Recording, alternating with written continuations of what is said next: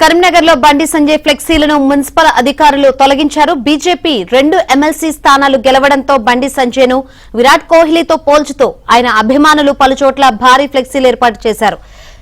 పాకిస్తాన్ కు విరాట్ కోహ్లీ, కాంగ్రెస్ కు బండి సంజయ్ అంటూ ఫ్లెక్సీలు వేల్చాయి. అయితే విద్వేషాలు రెచ్చగొట్టేలా ఉన్నాయని మున్సిపల్ అధికారులు ఫ్లెక్సీలను తొలగించారు. ఫ్లెక్సీల తొలగింపుపై బీజేపీ నేతలు మండిపడుతున్నారు.